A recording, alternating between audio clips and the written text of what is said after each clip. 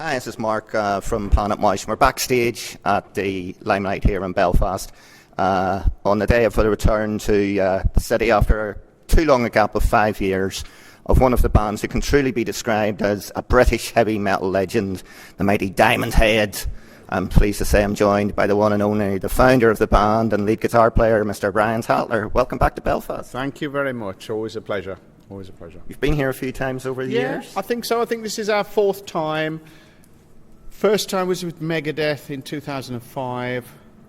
We did the Ulster Hall, which was fantastic. Then we've been back. This is our third time back where we're headlining, doing smaller places. And every time it's been great. What a crowd. It's somewhere we never got to do very often in the early days. I never came over to Ireland till probably the 90s, really. And it's great. It's a shame we never came back in the day, as they say. But it's always a good crowd. I mean, we did Dublin last night. That was great. And this is tonight.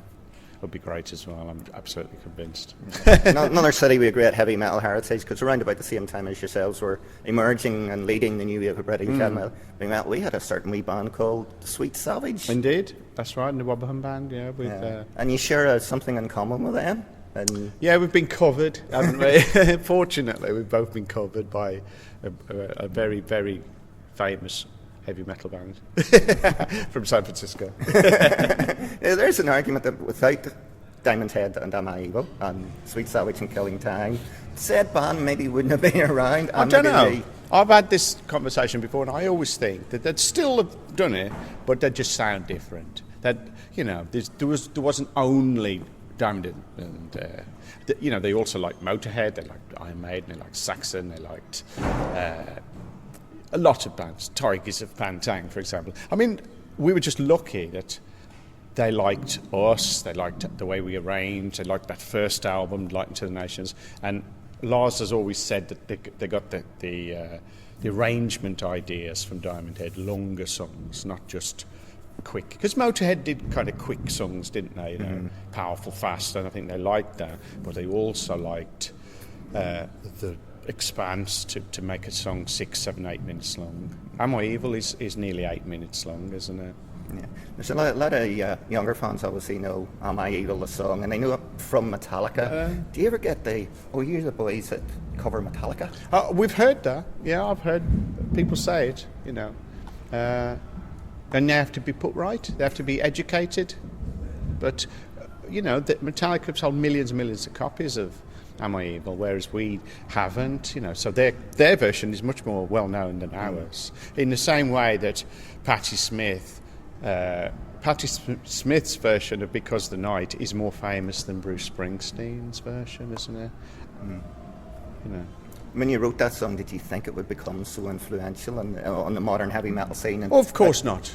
No, you don't do that, do you? You just try and write the best song you can at that time, and you hope people will like it. You can play it live, and they might not like it. You can think, oh, it's strange. I quite liked it.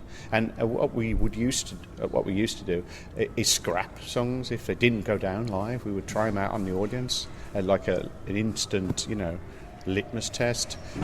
And if it didn't work, scrap it.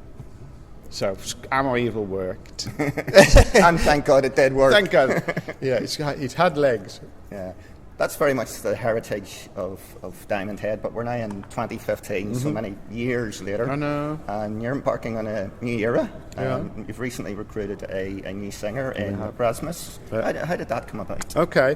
So our old singer, Nick, emigrated to Brisbane in 2008 with his family, and so since then, it's been very difficult to write or rehearse or do anything like that. So we would have to pay to fly Nick over for a tour or some dates, and we would just rehearse for the tour. Really, we didn't have much time to do anything more creative than that, and eventually it became so difficult that you have to very often organise work visas and stuff like that. So we started to think, let's have a look, see if there's another singer in Britain, that we could use. It might not happen, it might, and in the future, who knows. So we started looking, I auditioned some guys, through a friend of our bass players, we found this guy Rasmus, and I auditioned him, and we sent him a file of one of our songs with no vocals on, and he recorded his vocal on top, To Heaven from Hell, and it sounded great, I thought, and he made it sound easy, like he's not struggling, he's not straining his voice.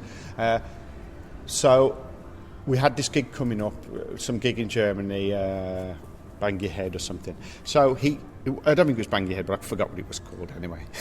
A minor detail. And he joined the band, and well, to be fair, we did some gigs first to sort of see how it all went. You know, we didn't really make a grand announcement. We thought, let's just see how it goes, see if we can get on, you know, see how he is with the crowd, you know. And after a few gigs, we thought he was great, really, and we had a lot of very positive feedback. So we offered him the job, and then, towards the end of the tour, we even started talking about writing some new material and taking it forward into 2015, and here we are. And you're now writing new material. Yeah, we started a new DiamondHead album. That's right, new album. We started in January writing, and we're going to start recording next Sunday, the 5th of July. Any release rough? Now, I don't know. I'm not sure. Ready when it's ready? Yeah, I'm not sure how long it's going to take. Probably about 2 months, something like that, on and off. So we'll be looking at mixing it in September. So it should be ready after that, but then, of course, you've got to get it out. You know, we're not sure how we're going to release it, and artwork, and there's always little mastering details that can slow you down. When you bring a new singer into the band, does that change the dynamic of the band in terms of the songwriting process and adapting DiamondHead's sound to his voice? Or A little more bit. important to the singer to adapt? I'll tell you what we've kind of done this time. Definitely with Nick, we adapted the DiamondHead sound a little bit to complement Nick, because, you know, your singer's got to sound good. It's no good if he's not comfortable with the songs. So when Rasmus joined, he kind of went over all the material and very, respectfully learned the parts, how they were written, the phrasing, the timing, the tuning, everything as close as possible. Then when we started to talk about doing the record, he said we should do it sort of like the old style, where you're all in the room together, you write it in the room, you're not sending files. You know, people can do albums with Pro Tools. We did our last album like that, send the files. The drums were done in America, you know, you send this to, you know. So we're not in the same room, and this time we want to do it like that. So we've been working on the tracks in a rehearsal room round by where we live in the Midlands, and it sounds so much better for it. It was the old way we used to do it, and we kind of got a brief that ideally it should sound like DiamondHead. I mean, it's pretty obvious, really, but it's very easy to follow trends and think, right, this one's a bit more modern, and we'll try and do this, we'll try and do that. But I think ultimately I'd rather make a record that sounds like DiamondHead than sounds like anybody else. Makes perfect sense, doesn't it? So that's the brief. It does indeed. Brian, on that note, thanks very much. It's been a pleasure to talk to you. Same to you as well. Looking forward to the show. Thank you. Cheers. Hope you enjoyed.